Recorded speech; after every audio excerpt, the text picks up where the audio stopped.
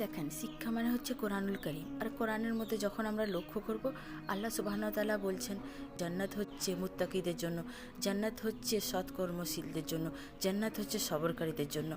আর জাহান্নাম বলা হচ্ছে, জাহান্নাম হচ্ছে দাম্ভিকদের জন্য, জাহান্নাম হচ্ছে অহংকারীদের জন্য, জাহান্নাম হচ্ছে অবাধ্যদের জন্য, জাহান্নাম হচ্ছে নাফরমানদের জন্য। আমরা যদি যখন লক্ষ্য করব, আর লক্ষ্য আমাদের করতেই হবে, কারণ কোরআনুল কারীমে আল্লাহ সুবহানাহু ওয়া তাআলা বারবার একটা কথাই বলছেন, তোমরা লক্ষ্য করো। তো অতএব যখন আমরা কোরআন পড়ব আর লক্ষ্য করব না, তখন আমরা আল্লাহর কি আদেশ আমাদের উপরে এবং আল্লাহর কি নিষেধ তা আমরা বুঝতে পারবো না। আর আমরা এসেছি আল্লাহর আদেশ পালন করতে। আল্লাহ তাআলা বলছেন, দেখো সৃষ্টি যার, হুকুম চলবে তারই।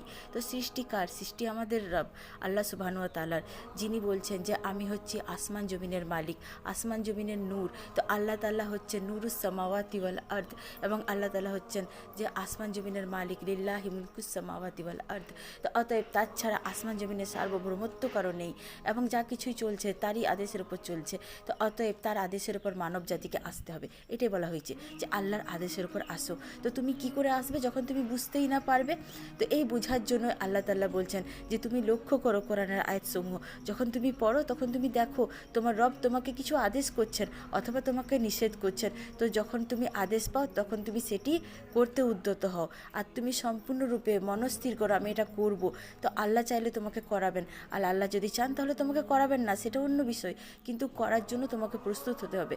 আর আল্লাহ সুবহানাহু ওয়া তাআলা যখন বলেন যে তুমি এটা করো না, তখন আমাদেরকে মনস্থির করতে হবে যে আমরা এটা আর করবো না।